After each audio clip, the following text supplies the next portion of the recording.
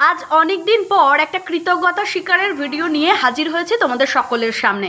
আমি যে বিষয়টা নিয়ে কৃতজ্ঞতা স্বীকার করব সেই ছবিটা আমি ইতিমধ্যেই সোশ্যাল মিডিয়াতে পাবলিশ করেছি এবং সবাই তোমরা দেখেছো যে আমি একটি ছবি হাতে ধরে দাঁড়িয়েছিলাম। তো এই ছবিটা প্রসঙ্গে অনেকেই আমাকে ইনবক্সে জিজ্ঞেস করেছো যে এই ছবিটা কে এঁকেছে। তো আমার মনে হলো যে এই প্রশ্নের উত্তরটা শুধু ইনবক্সে নয়, মনে হয় যেন সবার সামনে দেওয়া উচিত। তো আমি ছবিটা নিয়ে বসেছি এবং তোমাদের সকলকেই দেখাবো যে এই ছবিটা আমাকে কে উপহার দিয়েছিল এবং মানে তার নাম কি এবং সে কে। তো চলো রিভিল করা যাক। তো এটা হচ্ছে সেই ছবিটা, যে ছবিটা আমাকে একজন শিল্পী বোন আমাকে উপহার দিয়েছে এবং ভালোবেসে সে পাঠিয়েছে। সে আমাকে এঁকেছিল।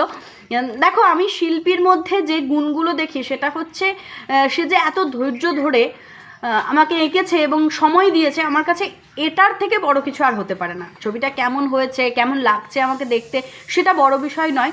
বিষয় হচ্ছে সে এত সময় দিয়েছে আমাকে, সে তার জীবনের কিছু মূল্যবান সময় থেকে আমাকেও উপহার দিয়েছে, তার সময়টা আমি উপহার পেয়েছি। তো আমার তো ছবিটা ভীষণই ভালো লেগেছে এবং এই ছবিটা আমার মানে যেখানে সমস্ত ট্রফি সাজানো থাকে সেখানেই এই ছবিটাও সাজানো থাকে। এই ছবিটা আমাকে উপহার দিয়েছিল পিঙ্কি নামের একটি বোন। পিঙ্কির বাড়ি হচ্ছে নানুর সাইডে কোথাও একটা, ওর সাথে আমার একবার দেখা হয়েছিল।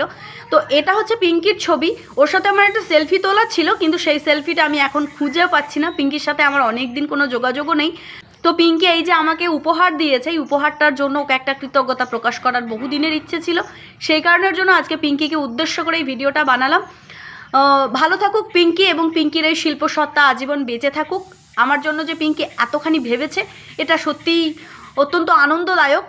আর আমার মনে হয় যে শিল্পী মানুষ কোনো জিনিস সৃষ্টি করছে, তো তার সেই শিল্পের প্রতি আমাদের সকলেরই একটা কৃতজ্ঞতা থাকা উচিত। তো ধন্যবাদ রইল, ভালো থেকো পিঙ্কি, আরও অনেক অনেক এগিয়ে চলো, তোমার শিল্পী জীবন এইভাবেই পরিপূর্ণতা পাক। হরে কৃষ্ণ, রাধে রাধে।